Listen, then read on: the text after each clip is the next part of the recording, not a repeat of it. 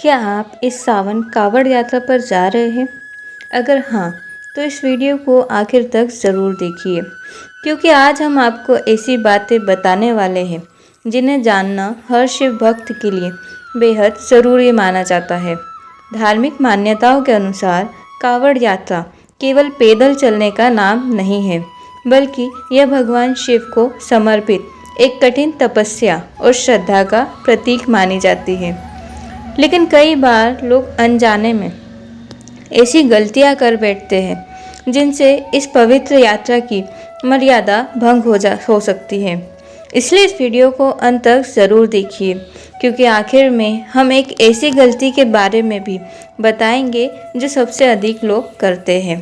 सबसे पहले यह ध्यान रखें कि कावड़ में रखा गंगा जल अत्यंत पवित्र माना जाता है, इसलिए कावड़ को कभी भी सीधी ज़मीन पर नहीं रखना चाहिए। यदि रास्ते में विश्राम करना पड़े तो उसे स्टैंड या किसी ऊंचे और स्वच्छ स्थान पर रखें। कावड़ का सम्मान करना भगवान शिव के प्रति सम्मान का ही प्रतीक माना जाता है। यात्रा के दौरान अपने मन और वाणी पर भी पूरा नियंत्रण रखें। छोटी छोटी बातों पर क्रोध करना, झगड़ा करना या किसी के लिए अपशब्द बोलना कावड़ यात्रा की भावना के विपरीत माना जाता है।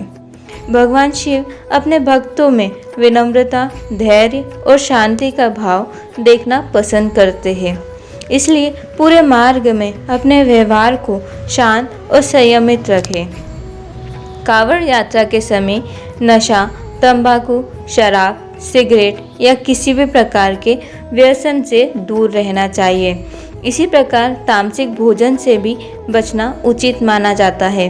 सात्विक भोजन, शुद्ध विचार और संयम के साथ की गई यात्रा को अधिक पुण्यदायक माना जाता है। शिव पुराण में इस बात का भी उल्लेख मिलता है कि जिस गंगा जल को आप भगवान शिव पर अर्पित करने जा रहे हैं, उसकी पवित्रता बनाए रखना भी आपकी जिम्मेदारी है। इस बात का ध्यान रखें कि गंगा जल का पात्र साफ सुथरा रहे और उसमें किसी प्रकार की अशुद्धि ना आने पाए। श्रद्धा के साथ उसकी रक्षा करना भी भक्ति का ही एक रूप माना जाता है। यदि आपने कावड़ यात्रा शुरू करने से पहले कोई संकल्प लिया है, जिसे सात्विक जीवन, ब्रह्मचर्य, भगवान शिव के नाम का जप या किसी विशेष नियम का पालन, तो पूरी यात्रा समाप्त होने तक उस संकल्प को निभाने का प्रयास जरूर करें।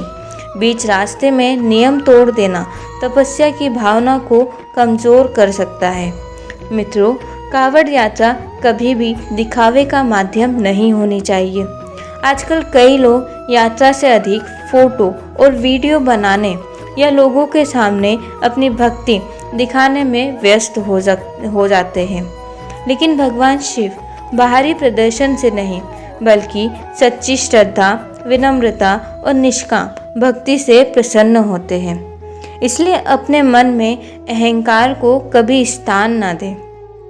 और मित्रों, अब सबसे महत्वपूर्ण बात, कावड़ यात्रा करते समय सबसे बड़ी भूल यह मानी जाती है कि इंसान भगवान शिव का स्मरण ही भूल जाए।